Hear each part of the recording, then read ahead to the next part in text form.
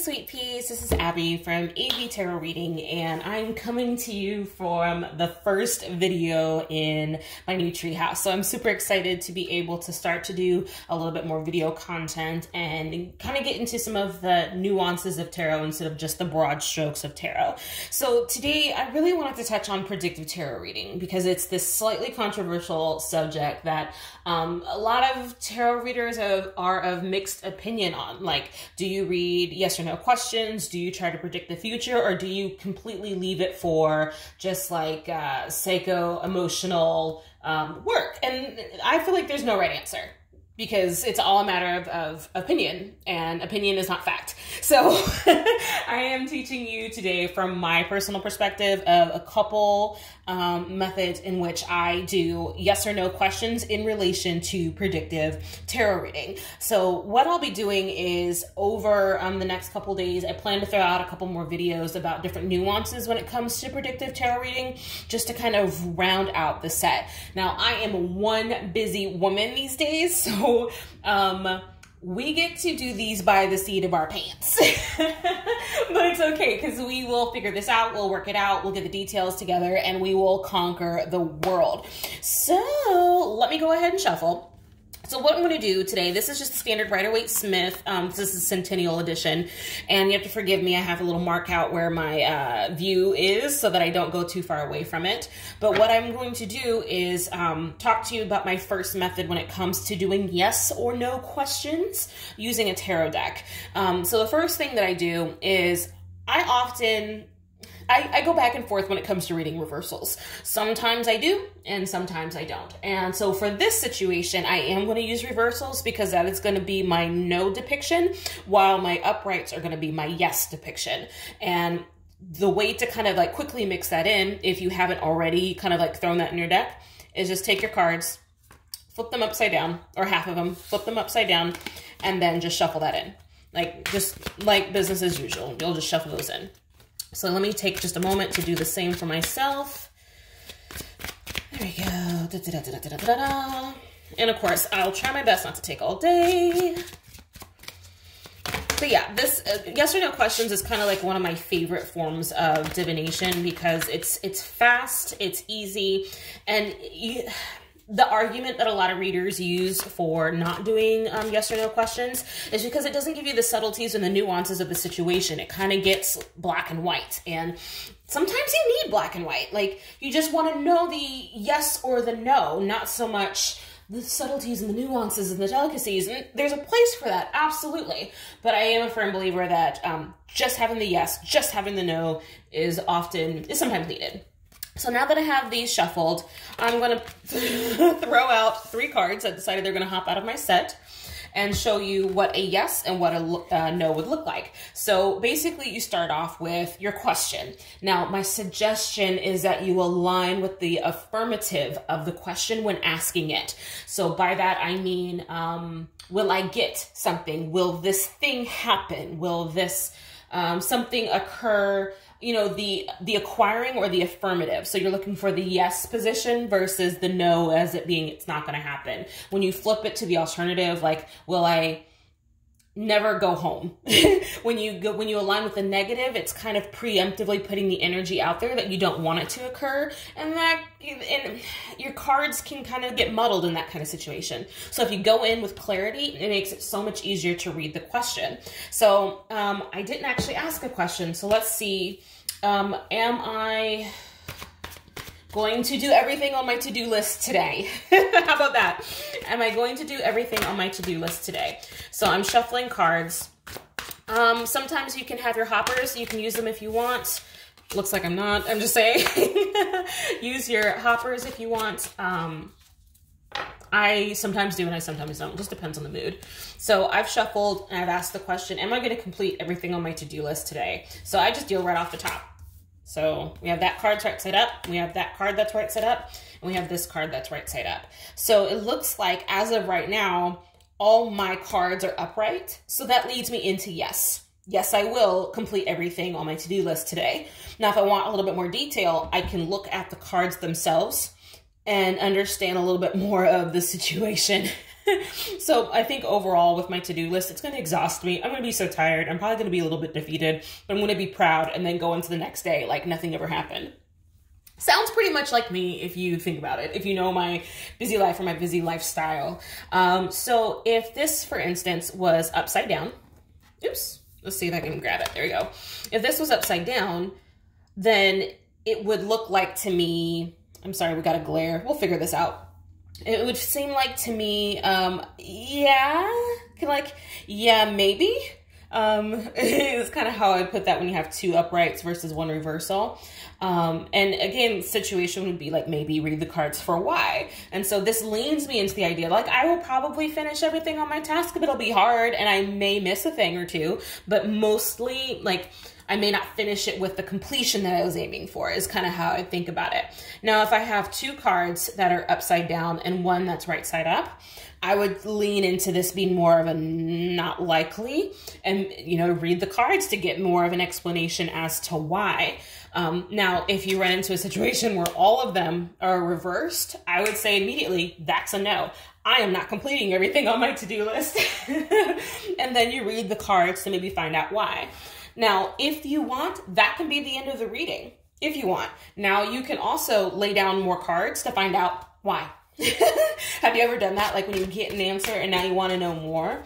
Just read more cards, throw down more cards. I like to throw down 6. So like, why? Why am I not going to finish everything on my to-do list? 1.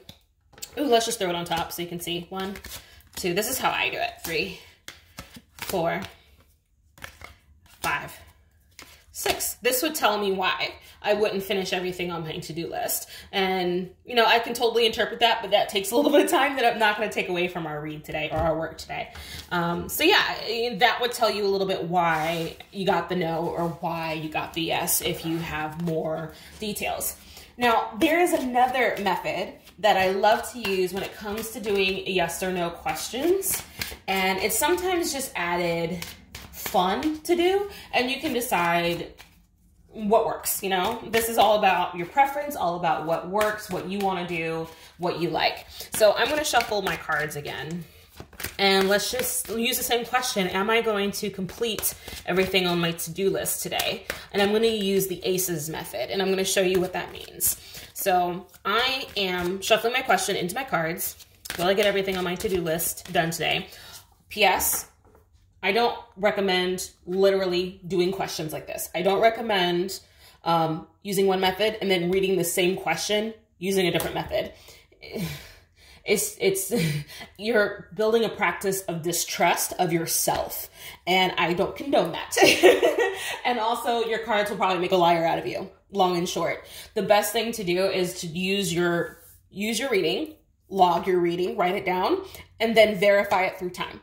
That'll be the best depiction on what method works best for you, not that each method concurs. Does that make sense? I hope it does. And if it doesn't, totally let me know in the comments and I will try to explain. Anywho, so for this example only, ooh, how about let's change our question. Am I going to enjoy the food tonight? Am I going to enjoy the food tonight? I'm aligning with the affirmative. I want to enjoy the food tonight. All right, now I'm going to show you how to do this. Now that you have shuffled until you feel comfortable, you're going to lay down 13 cards, but stop when you hit an ace. And then you're going to do it again. And then you're going to do it again, following the same order. You're going to go until you hit an ace or until you hit 13, and then you're going to move to the next pile. And you're going to do that for 3 piles. So let's go. 1, 2, 3, 4. Oh, 4.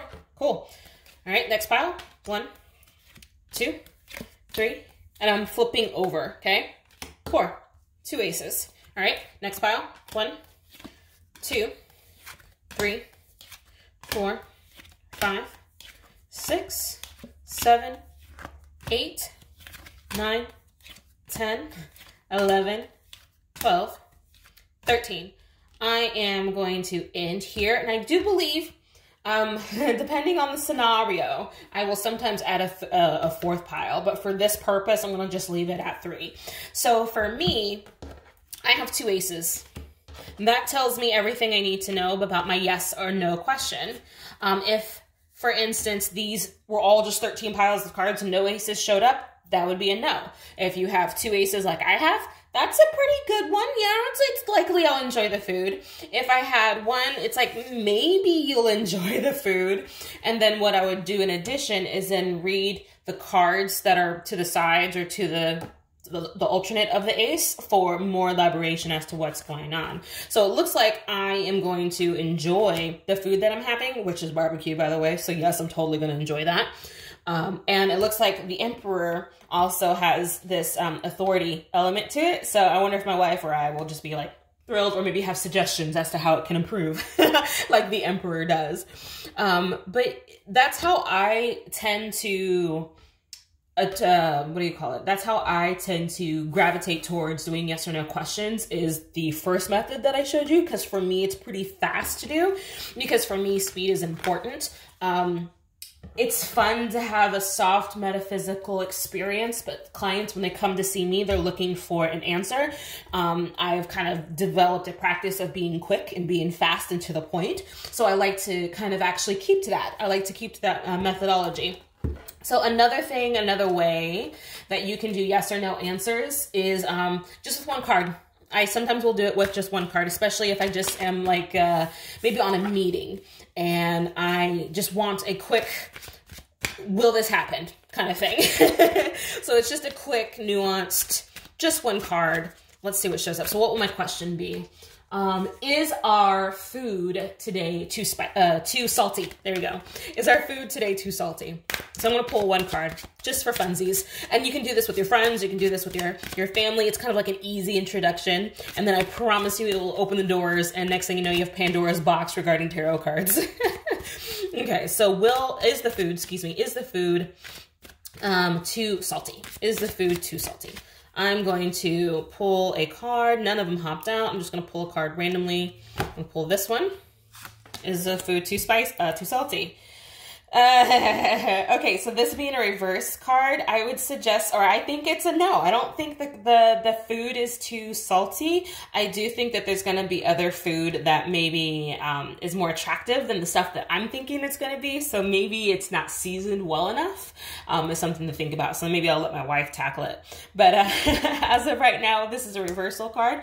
So that's just one card. That gives me my answer. If it's reversed, it's no. If it's right side up, it's yes. So if my card was right side up, one, that would be a yes, and then the card itself would kind of depict the situation. And so if I just flip this over and this was a yes, I would be like, I need to go ahead and plan an alternative because the meaning of this card is like going away, leaving what didn't work, deciding what did work. And so that would tell me like, oh, I screwed something up. In that situation, luckily, my food is fine. And that's another way in which to read yes or no questions. So when it comes to predictive tarot reading, I just showed you 3 methods to read yes or no questions. And these will be wildly useful for you as we progress through the series or progress through the week, because I plan to kind of throw out a few different things, situations, scenarios. And like once you start really getting familiar and comfortable with yes or no questions, then oh my gosh, there's so much you can do. And there's so much, it's like Marco Polo with your questions. So if you have any concerns or if you need any more details on a way in which I did this, please feel free to let me know, comment, leave a question, send me a message, whatever is necessary, and I will make sure I take care of you. All right, you guys, take care, be safe, be sweet, and I will be doing this again. Bye.